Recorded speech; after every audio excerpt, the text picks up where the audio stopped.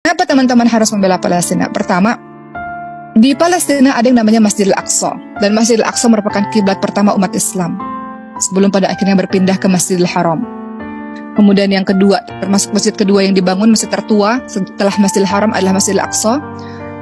Kemudian teman-teman, berikutnya kenapa kita harus membela setelah memperhatikan sejarah tadi, dan kenapa kita harus membela Palestina, teman-teman semua? Karena salah satunya adalah Masjidil Aqsa adalah titik akhir perjalanan Isra dan titik awal perjalanan Mi'raj Nabi Muhammad SAW. Kemudian yang keempat, kenapa teman-teman harus mencintai Palestina, harus membela Palestina? Palestina adalah negerinya para nabi dan rasul. Banyak sekali para nabi dan rasul yang pernah tinggal di Palestina, menyebarkan dakwah di Palestina. Ada Nabi Ibrahim AS, ada Nabi Yaqub AS, ada Nabi Yusuf AS, ada Nabi Lut AS, ada Nabi Daud AS, Nabi Sulaiman AS, Nabi Zakaria, Nabi Yahya, Nabi Isa, dan nabi-nabi yang diutus oleh Bani Israel jumlahnya sangat banyak. Kemudian yang kelima, kenapa teman-teman harus mencintai Palestina, teman-teman harus peduli kepada Palestina?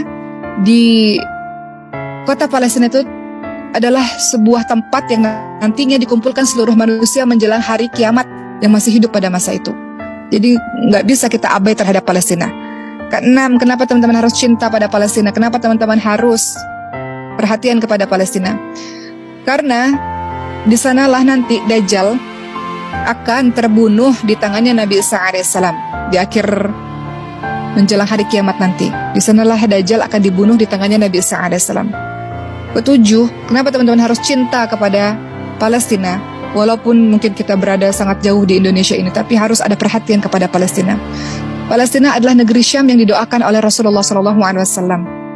Apa kata Rasulullah SAW? Allahumma barik lana fi Syamina wa fi Yamanina. Ya Allah, berkahilah negeri Syam dan Yaman. Jadi Palestina adalah bagian dari negeri Syam yang selalu didoakan oleh Rasulullah SAW. Bagaimana mungkin ada seorang Muslim yang tidak mau peduli, tidak mau cinta, tidak mau memberikan perhatian kepada Palestina, sementara sejarah yang begitu panjang yang ada di bumi Palestina.